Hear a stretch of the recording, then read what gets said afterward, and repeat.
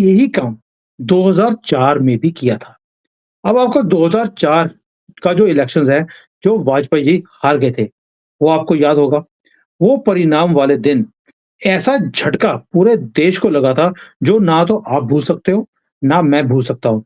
हम सबको ये लगता था कि वाजपेयी जी ही जीतेंगे, लेकिन वो हार गए। इतना काम करने के बाद भी और 10 साल हमने काला टाइम देखा है कांग्रेस का, रिमोट कंट्रोल की सरकार और ये पोल डांसर ने सारे देश को पोल के ऊपर नचा के रख दिया था।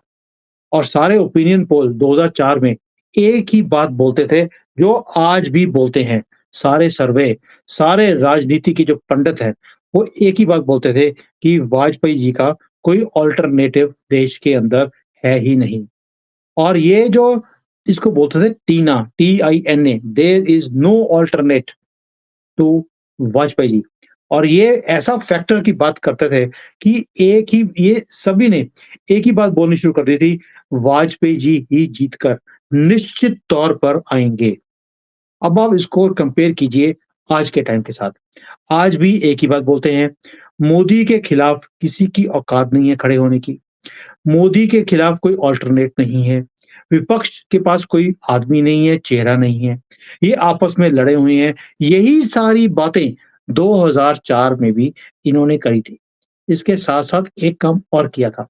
वाजपेयी जी के खिलाफ इन्होंने कोई ना कोई फेक एजेंडे चलाने शुरू कर दिए थे तहलका न्यूज़पेपर के थ्रू, जिसका खुलासा अभी हुआ है कि उन्हें ये काम करने के लिए बोला गया था, जबकि ऐसी कोई बात हुई ही नहीं थी कि वाजपेयी जी ने पैसे खाए थे या हमारी आर्मी के लोगों ने पैसे खाए थे। अब इन्होंने और एलिगेशन लगाए थे कांग्रेस की तरफ से। अभी आज की डेट पे भी वही स्टोरी दोबारा चल रही है। कभी बोलेंगे कि ये राफेल में पैसे खा लिए, कभी अदानी से खा लिए। और सेकंडली एक तरफ तो करप्शन का मोदी के ऊपर एलिगेशन लगा दिया। दूसरी तरफ एक काम और किया और वो काम ये है कि मीडिया में एक ही बात है, आएगा तो मोदी ही। ये बार-बार बोला जाता है कि अब इनको हराना मुश्किल है। अब होता क्या है, इस निश्चिंता के कारण एक ऐसी हवा चलती है जो 2004 में भी चली कि जो मिडल क्लास का जो वोटर्स है, वही जाता है वोट डालने के लिए। वो वोट देने निकला ही नहीं और सोनिया गांधी एक अ, चुनाव जीत गई 2004 के अंदर। यही गलती वाजपेयी जी के टाइम पे हुई थी, वही गलती इस बार दोबारा से होने के पूरे चांसेस हैं। उस वक़्त सोनिया की जो ये जीत थी, इससे इसका एक ही निचोड़ निकला था कि सामान्य वोटर्स बाहर निकला नहीं और सोनिया गांधी जानती थी कि ये आलसी लोग होते हैं।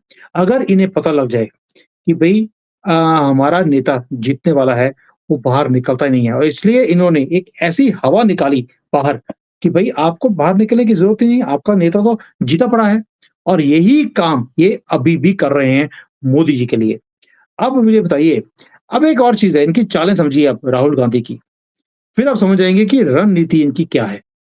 पहले इन्होंने बोला कि वाराणसी में प्रियंका वाड्रा वो खुद चुनाव लड़ेंगी मोदी के खिलाफ। ये इन्होंने खबर को फैला दिया। फिर जिस दिन मोदी जी का रोड शो था वाराणसी में, उससे 1 दिन पहले प्रियंका के पीछे हटने की घोषणा कांग्रेस ने कर दी और ये दिखा दिया कि कांग्रेस मोदी से डरी हुई है और एक ऐसा संदेश दिया वोटर्स को कि आएगा तो मोदी ही। अब ये क्या हुआ? इसके साथ-साथ इन्होंने क्या किया, जो पिछली बारी इनका जो नेता हारा था, अजय राय, उसको खड़ा कर दिया मोदी के खिलाफ, उसकी घोषणा कर दी। सपा है, बसपा है, इन्होंने भी काशी में जो मेयर के चुनाव हैं, उसमें हारे हुए उम्मीदवार को खड़ा कर दिया। आप देखते जाइए सारी इनका गेम प्लान कैसे चल रहा है। और जो मोदी विरोधी पत्रकार हैं, वो संजीव श्रीवास्तव हो, नलिनी सिंह हो, नीरजा चौधरी हो या जो कांग्रेस के समर्थन के लोग हैं, सुमन रमन जैसे, ये अचानक एक ही बात बोल रहे हैं, मोदी की जीत तय है और इसका इंडिकेशन उन्होंने बार-बार अपने वीडियोज़ में देना शुरू कर दिया। और जो कांग्रेस के भी वरिष्ठ नेता हैं और जो गांधी परिवार के करीबी हैं, सैम पित्रोदा, उन्होंने भी पी चिदम्बरम की फ़ेवर में बोलने वाले लोग, इन्होंने भी बोलना शुरू कर दिया कि भई प्रियंका गांधी को पीछे हटना अ, हटने की सलाह देनी शुरू कर दी और उसे पीछे हटने के लिए बोल दिया और साथ में स्टेटमेंट भी देनी शुरू कर दिए कि भई अ, हम पीछे हट रहे हैं और इसके लिए कोई और कॉन्स्टिट्यूएंसी चूज़ की जाएगी। यानी कि ये संदेश देने की कोशिश कर रहे हैं कि प्रियंका और कांग्रेस मोदी से डरी हुई है क्योंकि मोदी ने जीत कर आना ही है।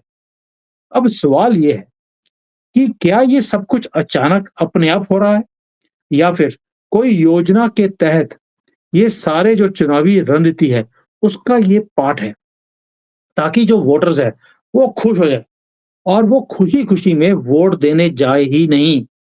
क्या ये वो प्लान नहीं है जो 2004 में भी ये सफल हो गए थे और ये प्लान सोनिया गांधी का खुद का बनाया हुआ था। पप्पू के तो बस की बात नहीं है प्लान्स को बनाना, ये सोनिया की चाल थी।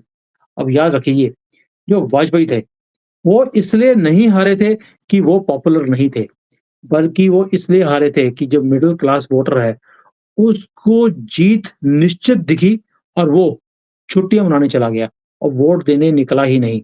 और जो मोमिन थे, उन्होंने अपना नेता चुन लिया जिसका नाम था सोनिया गांधी। और वो कहानी आपने सुनी होगी, जो हमने बचपन में सुनी है कि एक राजा ने अपने राज्य को अकाल से बचाने के लिए एक अनुष्ठान किया था। और एक सन्यासी ने राजा को बोला कि अगर सारी जाति जो आपकी जनजातियाँ हैं, जिसकी ये सारी जो आपकी पॉपुलेशन है कंट्री की, अगर वो सारी इसका भागीदारी बनेंगी अनुष्ठान की, तो ये अकाल खत्म हो जाएगा।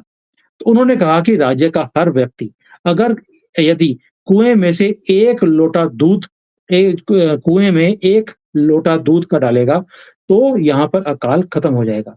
तो राज्य में ये मैसेज पहुँचा दिया गया। अब सब लोगों ने सोचा कि सभी वहाँ पे दूध डालेंगे, मैं 1 लोटा पानी डाल देता हूँ, तो फ़र्क क्या पड़ेगा? किसी को क्या पता लगना है? और ये चीज़ सभी ने यही सोची और अल्टीमेटली हुआ क्या? कुएँ के अंदर दूध निकला ही नहीं, सिर्फ़ पानी निकला और वो अनुष्ठान विफल हो गया था। यही सोचकर कांग्रेस यही सोच पैदा भी कर रही है और ये पैदा करना भी चाहती है कि मोदी की सरकार तो निश्चित ही आएगी। फिर यदि एक आधे आदमी वहाँ पर वोट देने नहीं भी जाएगा, तो क्या फ़र्क पड़ता है? ये लोगों के दिमाग में ऑलरेडी आना शुरू कर दिया। कई लोगों से मेरी बात हुई है, वो बोलते हैं यार आएगा तो मोदी ही, आप चिंता क्यों करते हो? चिंता इसलिए है बिकॉज़ ये जो षड्यंत्र है, पप्पू का, पोल डांसर का, ये आप समझ नहीं पा रहे हो।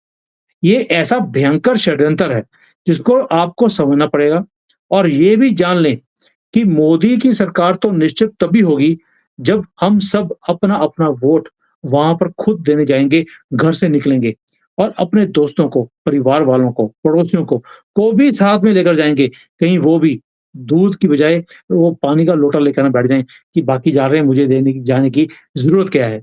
आपको अपना-अपना 1 लोटा दूध इस यज्ञ में डालना ही पड़ेगा। अगर आप राष्ट्र के लिए ये राष्ट्र के लिए या एक कर्तव्य आपके दिमाग में है क्योंकि वोट देना भी एक देशभक्ति है, वो भी एक हमारा कर्तव्य है। मेरी बात आपको ना आज गाँठ बाँधनी पड़ेगी आपको कि भई जो 2004 में हमने गलती करी, उसके कारण 10 साल हमने काला टाइम देखा और देश हमारा कभी भी लुढ़क सकता था, फ्रेजाइल 5 में आ गए थे हम लोग। और ये देश का ये हाल था कि दुनिया ने जो सक्सेस स्टोरी थी भारत की, उसको सोचना ही बंद कर दिया, हमारी तरफ देखना बंद कर दिया और उन्हीं 10 सालों में चाइना 3 ट्रिलियन से 15-16 ट्रिलियन पे पहुँच गया। आप सोच के देखिए, जितना-जितना भारत को इन्होंने कमज़ोर किया, उतना ही इन्होंने कांग्रेस ने चाइना को शक्तिशाली बनाया और आज चाइना आँख में आँख डाल कर बात करता है पूरी दुनिया के साथ। क्यों? क्योंकि वो नींव उसकी स्ट्रॉन्ग बन गई उस 10 सालों में। दोस्तों, ये जो षड्यंत्र है, ये इतना भयंकर है, इसको समझें और अपने आप को निश्चित करने से जो अपने दिमाग में आपने निश्चित कर लिया कि चिंता मत करो, आएगा तो मोदी ही। इस कीड़े को आपको बाहर निकालना पड़ेगा क्योंकि ये इतना बड़ा षड्यंत्र है, ऑपोज़िशन की तरफ से, स्पेशली कांग्रेस की तरफ से और हमारे लिब्रांडुओं की तरफ से। आपको राष्ट्रवादी जितने भी चैनल्स हैं, वो आपको आगाह करने के लिए लगे हुए हैं। मेरी और कितने चैनल वालों से बात होती है, सभी एक ही बात कर रहे हैं कि जो लोगों के दिमाग में ये बात आती जा रही है कि आएगा तो मोदी ही, इसे बाहर निकालने के लिए हम लोग काम कर रहे हैं और आप इस षड्यंत्र में फँस मत जाना, ये मेरी गुज़ारिश है। और अगले व्लॉग में मैं दोबारा बात करूँगा पप्पुओं के और षड्यंत्र की, जो ये रच रहे हैं या रचने वाले हैं। तब तक जय हिंद, वंदे मातरम, जय श्री राम।